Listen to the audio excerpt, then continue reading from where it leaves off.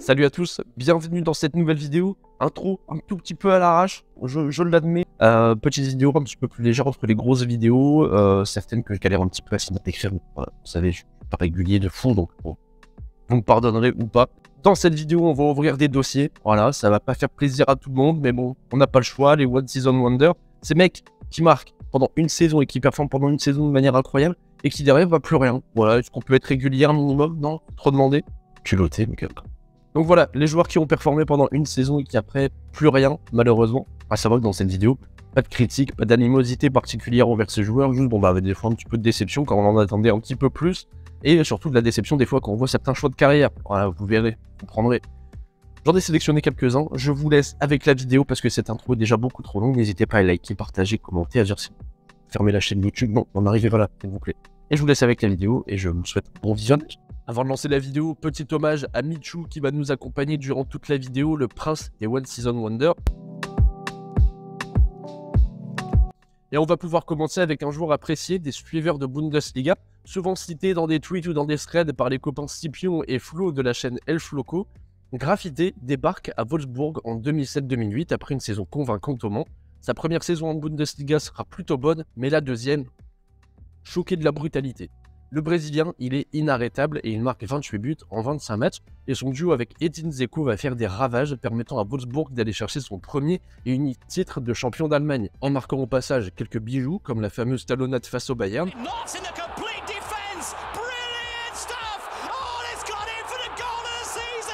Malheureusement, il n'arrivera pas à réitérer la performance et il finira par signer une saison plus tard aux Émirats Arabes Unis à Al Ahly, puis il va finir sa carrière au Brésil. Le second joueur, c'est le Zimbabwéen Benjani Mwaruwari, mais on va faire comme Giroud, on va l'appeler Benjani. Il arrive en Europe en 2001, après avoir été repéré lors d'un match amical entre son club de l'époque, le Jolo Cosmos, et les Grasshoppers de Zurich, et il a directement la confiance du coach. Mais en cours de saison, le vent va tourner un peu, il va trouver une porte de sortie, et la porte de sortie, elle va s'appeler Giroud, qui cherche un attaquant pour soulager Djibril Cissé. Bon, et pareil, ça se passe pas comme prévu. Il n'arrive pas à convaincre ce bon vieux Guy qui veut pas le garder. Oh malheureux, doucement! Mais malgré tout, à l'époque, les joueurs d'Auxerre, eux, veulent le garder et ils réussissent à convaincre Giroud de le conserver. Il finit par faire plutôt bonne impression, avec surtout une bonne première saison. La suite de son aventure sera malheureusement gâchée par les blessures et il sera vendu à Portsmouth, où il va faire une demi-saison 2007-2008 de folie. 12 buts en 20 matchs et il n'en faudra pas plus pour que City vienne se positionner, ce qui va donner lieu à une des histoires de transfert les plus drôles que j'ai jamais vues. Parce que Benjani, quand il arrive à l'aéroport pour aller signer à Manchester, il va taper sa meilleure sieste et il va louper 2 vols. Malgré tout, il parvient à signer à Manchester City, même si c'est après la date limite des transferts, la Ligue à l'époque accepte. Bon, et même s'il marque son premier but lors d'un derby, non, au final, il va jouer seulement une trentaine de matchs en 2 saisons et demie avec City, avant d'être prêté à répétition et de retourner en Afrique du Sud, où il finira sa carrière. Petite parenthèse sur Keita Baldé. Alors oui, je le considère comme un One Season Wonder parce que avoir une carte FUT à 90 de vitesse, ça donne pas l'immunité, je suis désolé. Mais Baldé, c'est une bonne saison avec la Lazio en 2016-2017 et après, il n'y a pas grand chose. Il a jamais réellement donné satisfaction par la suite, que ce soit à Monaco ou à l'Inter. Aujourd'hui, il joue au Spartak Moscou où il a l'air d'enfin prendre ses marques depuis quelques matchs et où il arrive à être performant. Il est l'heure d'ouvrir le dossier Giza. Dani, pour les intimes, qui marche sur la Liga en 2008 avec ses 27 buts avec Majorque.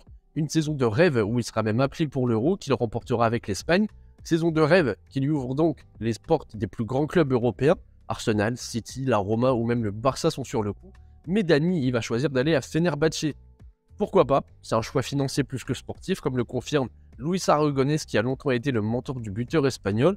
Et ça démarre pas trop mal au Fener finalement, mais ça s'essouffle assez rapidement. Giza part après 3 saisons et tente de se relancer à Retafe sans succès avec 3 buts en 2 saisons.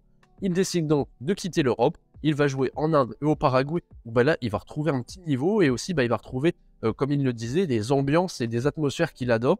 Et aussi il va se coller une petite réputation de mec qui aime conclure et pas que devant le but a priori si tu vois ce que je veux dire. La suite de sa carrière sera dans la continuité de ce qu'il a proposé après sa grosse saison en 2008, du divertissement. Il signe à Cadiz, l'ennemi juré de son club formateur qu'il avait promis juré craché de jamais rejoindre un jour quelques années auparavant.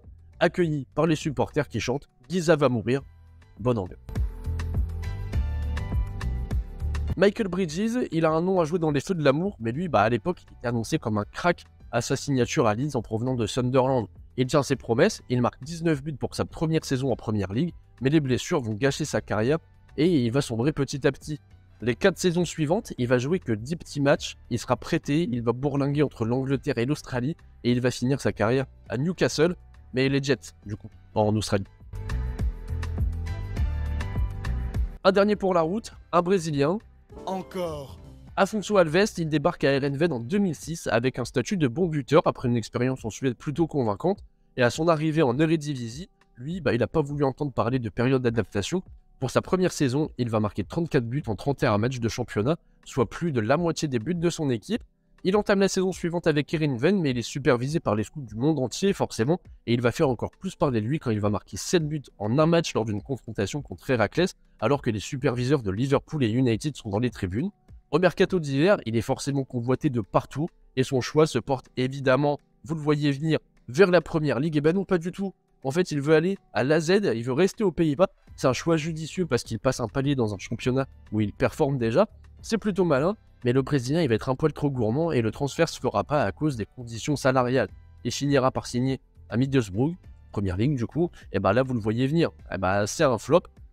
Pas totalement, je suis un peu sévère parce qu'au final, sa première demi-saison est pas mauvaise avec 6 buts en 11 matchs, mais c'est ensuite que ça se complique. Il joue peu, il n'est pas utilisé assez, et il finira par quitter le club pour partir au Qatar en 2011. C'est la fin de cette vidéo, j'espère qu'elle vous aura plu. N'hésitez pas à liker, à commenter, à partager, à me dire en commentaire s'il y a des joueurs auxquels vous pensez quand on parle de One Season Wonder. Si ça vous a plu, n'hésitez pas aussi à vous abonner, à partager la vidéo à vos copains, vos tatas, vos tontons, ou à votre cousin qui a failli devenir pro mais qui s'est fait les croisés, tu connais.